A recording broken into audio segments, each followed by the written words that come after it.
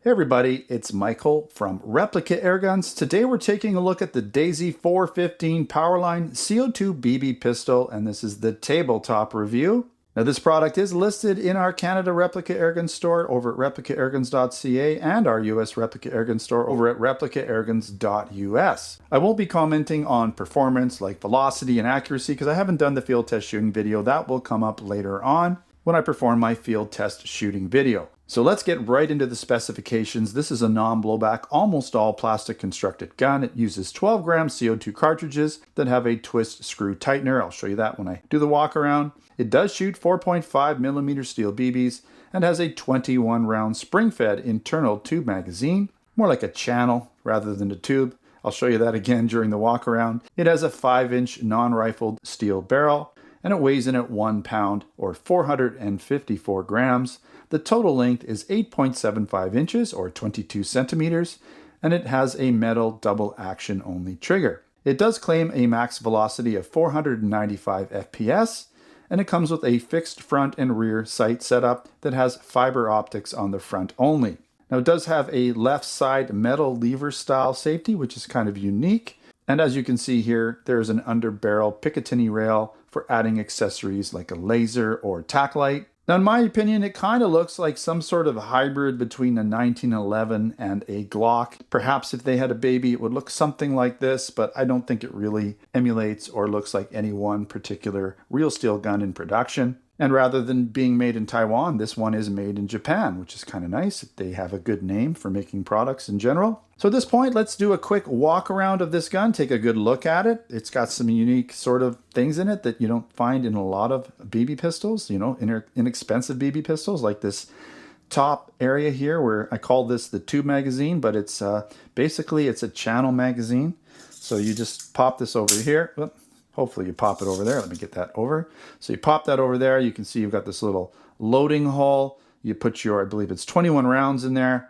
Open, basically spring it back. This magazine spring will feed all the BBs into the chamber there, the breech area, and you're good to go. You're ready to go. Again, this is kind of neat. This is a metal safety. It's a lever style safety. And oftentimes on these low cost sort of inexpensive BB pistols, there's just like this weird, it's almost like an electronic on-off switch. That's what they generally look like. I'll just show you what I'm talking about real quick.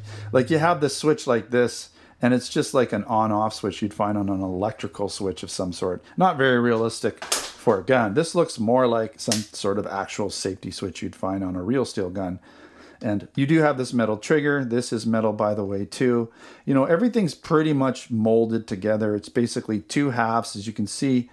In the front part, you can see right here, if I can get in there, it's basically just a big seam that goes all the way around this gun, right?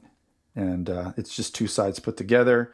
And then you have these screws on the one side that hold it together. You can see those screws all the way around, right? That hold this gun together. So, you know, in terms of realism, it's going to look less real from this side because of the screw holes. No screw holes on this side. It looks more real from this side. At least that's the way, you know, I look at it. That's my perception of it. You know, it's a plastic, low-cost BB gun, but it is kind of unique the way that they've got it set up. So, you know, everything's molded in. You've got the basically the ejection port. It's there. It's molded in. It's there, but it's not working. There's really no takedown lever or any type of way of disassembling this like you normally would. There's no slide catch release, so it would be nice if they had a molded in slide catch release to just give it that slightly more realistic look.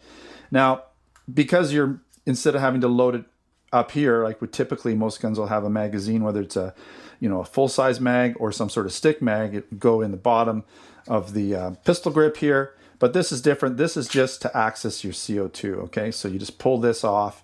This is just a cover. It looks like this should be used for something. It'd be kind of neat if you could put BBs in here and store them, but there's no way to store anything in here. This is just sort of pressure fits into the bottom of the pistol, right? And it just goes that way. So nice, and a lot of metal here. This is nice and chunky, so this isn't going to break on you, but that's where your CO2 goes, okay? Pop that back on. It's very firm. It's not going to fall off easily, I would say. You've got some warning instructions on here, right? You've got some instructions here, probably how to load it. You've got a little serial number there, right? Some texture on the gun all over, textured grips. So it's nice, you know. It reminds me of a 1911 in terms of size, right? And if you look at the top, it's got that 1911 rounded top. And but you know, it kind of has some weird Glock lookness to it, or whatever you want, similarities in other ways. But I would say it's closer to a 1911, but with some kind of Glock, maybe trigger guard type look in the bottom part of the receiver, especially with this area. Looks a little bit more like a Glock, and the pistol grip looks a little more like a Glock. So like I said, if a 1911 and a Glock had a baby, it might look something like this. All right.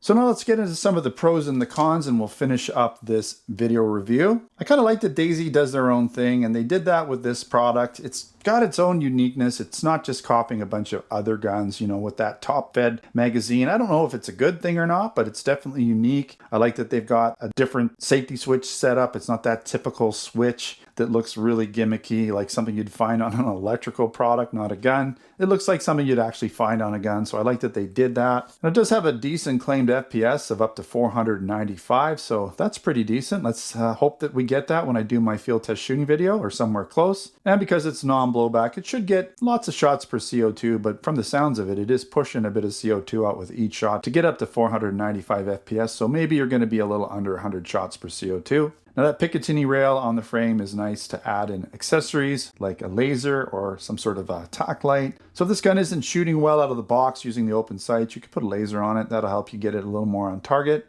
And I did want to mention, it does have that fiber optic sight on the front. I just kind of wish it had one on the back, but at least on the front, you can kind of see that front sight a little bit easier. It's not going to blend as easily into the black rear sight as if it were black on the front, black on the back. And that CO2 tab is fully hidden inside the pistol grip. It does have a fairly heavy double action, longer pull trigger, but it's not incredibly heavy. I've shot a lot worse, so it's kind of in line with most of these low-cost BB pistols that have double action triggers.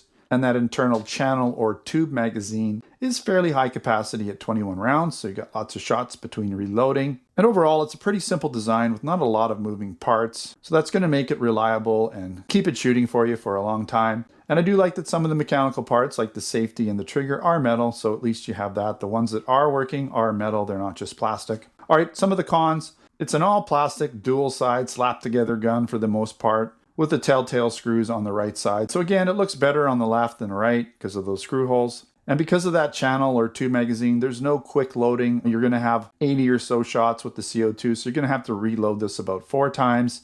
And you're going to have to do that by just dropping BBs in that little channel. You can't just use a stick magazine and reload them pre-hand and then just keep shooting real quick. And again, it's not going to be a super fast action shooter because of that longer, heavier trigger, unless you have some crazy trigger figure strength going on.